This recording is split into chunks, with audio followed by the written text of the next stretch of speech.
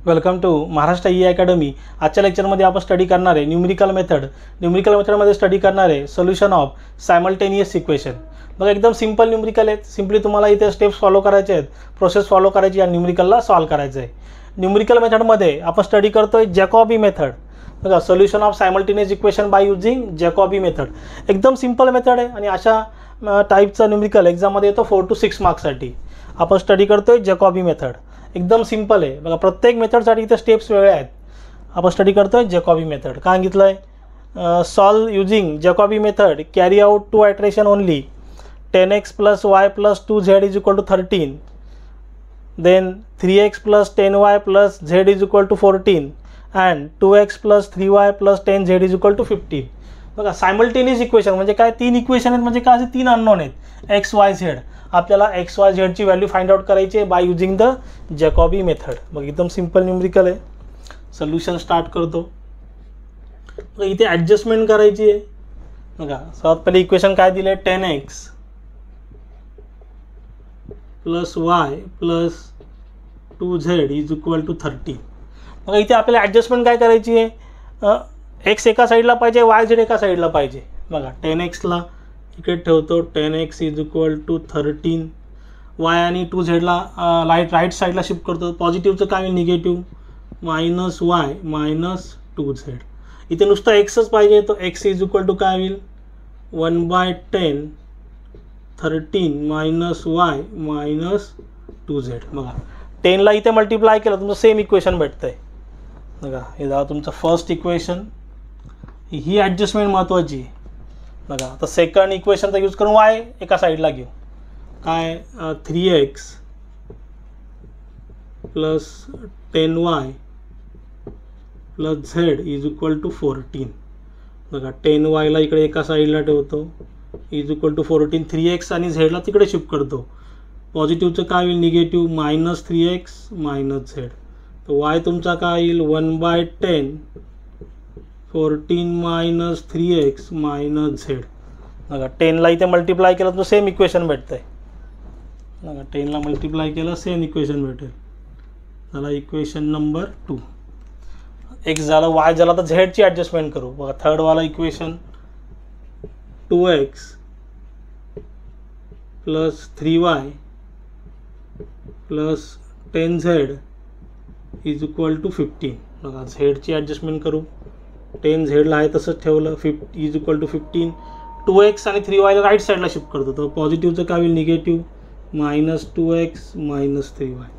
मग z काय होईल? z = 1/10 15 - 2x - 3y। एकदम 10 ला इथे मल्टिप्लाय केलं सेम इक्वेशन भेटतंय। वरचं आहे तेच इक्वेशन तुम्हाला भेटतंय। बघा, ही ॲडजस्टमेंट महत्त्वाची आहे। बघा, ही ॲडजस्टमेंट सर्वात इथे महत्त्वाची आहे। आता नेक्स्ट काय करू? फर्स्ट आयट्रेशन करू। फर्स्ट आयट्रेशन। बघा, न्यूमेरिकल एकदम सिंपल आहे आणि त्यात जॅकॉबी मेथड एकदम सिंपल मेथड आहे। आता बघा, फर्स्ट आयट्रेशनमध्ये आपल्याला इथे काय भेटेल? x1 y1 आणि z1। फर्स्ट आयट्रेशनमध्ये काय भेटेल? x1 y1 आणि z1। आता बघा, x ची व्हॅल्यू फाइंड करताना y = 0। बघा, put y = 0 and z = 0 in equation 1। बघा, आपल्याला x ची व्हॅल्यू फाइंड आउट करायची आहे, तर y आणि z ला काय घ्यायचं? 0 घ्यायचं। आता फर्स्ट आयट्रेशन म्हणून आपण इथे काय लिहू? x1 = 1/10 13 - y ची व्हॅल्यू किती आहे? 0 - 2 × z ची व्हॅल्यू किती आहे? 0।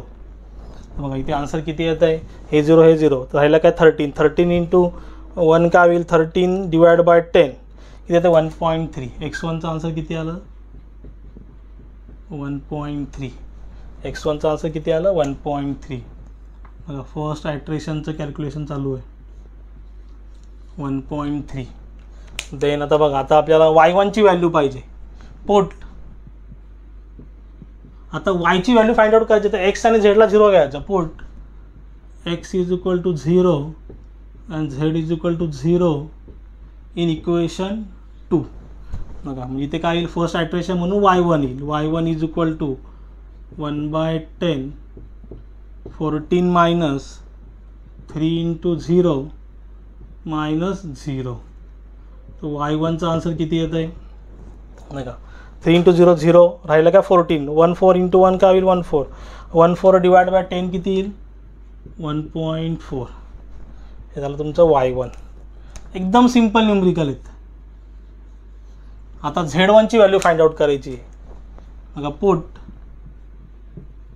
आता थर्ड इक्वेशनमध्ये Z1ची व्हॅल्यू फाइंड आउट करायची. बघा फर्स्ट आयट्रेशन चालू आहे म्हणून x1 y1 Z1. आता इथे काय करू x आणि y ला 0 घेऊ. Put x is equal to 0 and y is equal to 0 in equation 3. इथे काय वेळेला तुमचा Z1. Z1चं काय येईल 1/10 15 मायनस 2 इंटू 0 मायनस 3 इंटू 0. Z1चा आन्सर किती येत आहे 2 इंटू 0 0 3 इंटू 0 0. 15/10 किती येते 1.5. 1.5 डिवाइड बाय 10 किती येईल 1.5. बघा हे झालं तुमचं Z1. हे झालं फर्स्ट आयट्रेशनसाठी. आता सेकंड आयट्रेशनची कॅल्क्युलेशन करू. बघा इकडे करतो सेकंड आयट्रेशन. सेकंड आयट्रेशन एकदम सिंपल आहे. जॅकॉबी मेथड सर्वात सिंपल मेथड आहे आणि अशा टाईपचा एक न्यूमरिकल जिथे 4 to 6 मार्क्ससाठी एक्झाममध्ये येतो. मग आता सेम आपल्याला सेकंड आयट्रेशनमध्ये काय भेटेल x2 y2 आणि z2. आता बघा आता काय करायचं लेटेस्ट आलेल्या व्हॅल्यू यूज करायच्या. आता आपल्याला काय पाहिजे सर्वात पहिला इथे x2 पाहिजे. पुट आता काय व्हॅल्यू पाहिजे आपल्याला x ची व्हॅल्यू पाहिजे. आता ही जी व्हॅल्यू आहे y1 आणि z1ची व्हॅल्यू यूज करायची. इथे काय केलं होतं आपण इथे y आणि z ला 0 घेतलं. आता लेटेस्टवाल्या व्हॅल्यू यूज करायच्या. Put y is equal to 1.4 and z is equal to 1.5 in equation 1. मग आता y1 z1 आहे पण इथे घेताना काय घ्यायचं y आणि zच घ्यायचं. आता काय सेकंड आयट्रेशन म्हणून इथे काय भेटेल आपल्याला x2 भेटेल. बघा काय भेटेल x2 भेटेल म्हणजे 1/10 तुमचं इथे आहे तसंच 13 मायनस y ची व्हॅल्यू किती आहे 1.4 मायनस z ची व्हॅल्यू किती आहे 2 इंटू 1.5. बघा x2चा आन्सर किती येत आहे 13 मायनस 1.4 मायनस 2 इंटू 1.5 किती आला 8.6. 8.6 इंटू 1 काय होईल 8.6 डिवाइड बाय 10 किती आलं 0.86. बघा x2चा आन्सर किती आलं 0. सेकंड आयट्रेशन म्हणून x2 0.86. आता बघा आता आपल्याला y2ची व्हॅल्यू पाहिजे. पुट आता लेटेस्टवाल्या व्हॅल्यू यूज करायची अगेन परत. आता बघा y2ची व्हॅल्यू पाहिजे म्हणजे काय x आणि x1 आणि z1ची व्हॅल्यू यूज करू. Put x is equal to 1.3 and z is equal to 1.5 in equation 2. Value काय x1 आणि z1 आहे. इथे लिहिताना काय लिहायचं x आणि zच लिहायचं. इथे काय येईल y2 सेकंड आयट्रेशन म्हणून. मग इथे काय येईल 1/10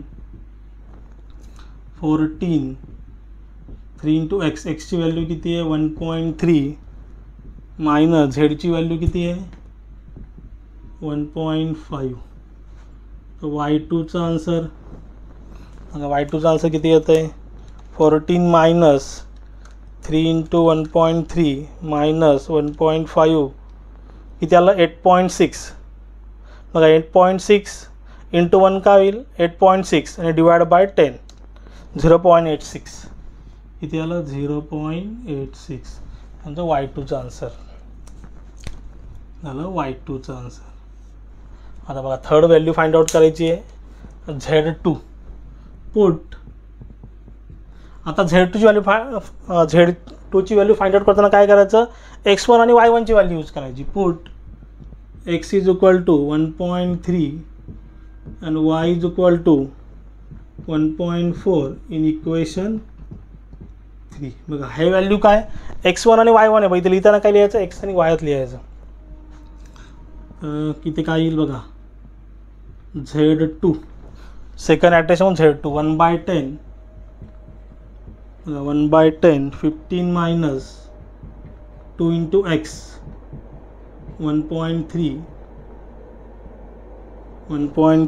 minus 3 into y 1.4. Z2 चा आन्सर किती होते 15 minus 2 into 1.3 minus 3 into 1.4 8.2 आणि डिवाइड बाय किती 10. बाकी त्याला 8.2 आला 8.2 इंटू 1 काय होईल 8.2 डिवाइड बाय 10 किती येईल 0.82. हे झाले आपले फायनल आन्सर. आता बघा आपल्याला 2 ॲट्रेशन सांगितले होते. थर्ड ॲट्रेशन सांगितलं असतं तर काय केलं असतं सेम इथे काय आलं असतं x3 y3 आणि z3 लेटेस्टवाल्या व्हॅल्यू यूज केले असते. समजा x3 साठी काय केलं असतं y2 आणि z2ची व्हॅल्यू पुट केली असते म्हणजे y आणि z. आता बघा आता याच्यावर आपल्याला आन्सर करायचं आहे. लेटेस्ट काय आलं x2 बघा x2 किती आलेला आहे 0.86 म्हणजे ॲप्रॉक्सिमेट किती झाला 1 म्हणजे आपलं x2चं आन्सर किती आलं 1. देन y2 बघा नियर टू 1 आहे 0.86 ॲप्रॉक्सिमेटली किती नियर टू 1 आहे म्हणजे y2 किती झाला 1 झाला. देन z2 किती आला आहे 0.82 अगेन नियर टू 1 आहे म्हणजे इथे z2 इथे लिहिताना काय लिहायचं बघा x2ची व्हॅल्यू किती 0.86 म्हणजे ॲप्रॉक्सिमेटली 1 इथे लिहिताना x = 1 y = 1 इथे लिहिताना z = 1. फायनल आन्सर लिहिताना काय करतं x2 y2 z2 असं नाही लिहायचं x y z लिहायचं म्हणजे व्हॅल्यू किती आहेत आपल्या x = 1 y = 1 आणि z = 1. बघा 0.86 नियर टू 1 आहे 0.86 नियर टू 1 आहे 0.82 नियर टू 1 आहे. समजा असं आलं असतं 1.7 तर नियर टू काय आहे 2 आहे 1.8 काय आहे नियर टू 2 आहे. समजा 1.4 आलं असतं आता 1.4 काय करायचं नियर टू 1 घ्यायचं 1.5च्या पुढे आलं असतं तर 2 घेतलं असतं. बघा असं लक्षात घ्या. आता समजा ही व्हॅल्यू 0.45 आली असती किंवा 0.56 आली असती म्हणून आपण 0.5च्या पुढे गेलं म्हणजे 1च घेतलं असतं लक्षात घ्या. मग इथे 1.5 आलं असतं तरी 2 घेतलं असतं. नियर टू मॅक्झिमम व्हॅल्यू जायचं. बघा अशा प्रकारे न्यूमेरिकल तुम्हाला सॉल्व करायचे. एकदम सिंपल मेथड आहे. सर्वात सिंपल मेथड आहे जॅकॉबी मेथड. यामध्ये काय डाऊट असेल तुम्ही जरूर मला कमेंटमध्ये विचारू शकता. आणि मी शिकवायला समजलं असेल तर चॅनलला लाईक शेअर सबस्क्राईब करा. साईडला जे बेल आयकॉन बटन ते प्रेस करा म्हणजे माझ्या पुढच्या येणाऱ्या व्हिडिओचे नोटिफिकेशन तुम्हाला सर्वात पहिले भेटेल. थँक्यू.